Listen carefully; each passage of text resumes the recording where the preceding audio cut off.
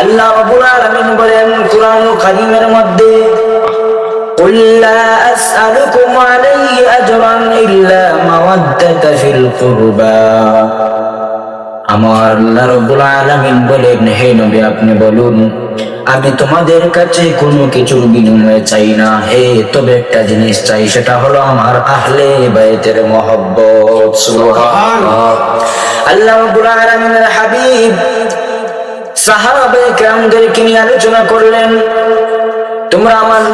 আহলে বাইতকে ভালোবাসো তোমরা আমার আহলে বাইত পরিবারকে তোমরা ভালোবাসো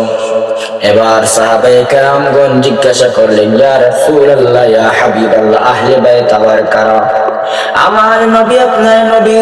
রাহমাতুল লিল আলামিন ডাক দিয়ে বলেন ও আমার সাহাবায়ে কেরাম তোমরা কি জানতে চাও আমার আহলে বাইত কারা আমার আপনার নবী রাহমাতুল লিল আলামিন ডাক দিলেন হে ইমাম হাসান হে ইমাম হুসাইন আহলে বাইতের 4 সদস্য মা ফাতেমা মাওলা আলী এবং ইমাম হাসান হুসাইনকে ডাক দিয়ে আনলেন আনার পর আমার নবীজির গায়ের চাদরের মধ্যে তাদেরকে আবৃত করে রাখলেন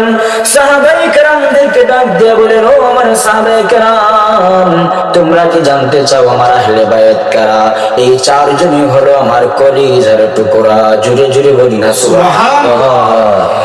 ওই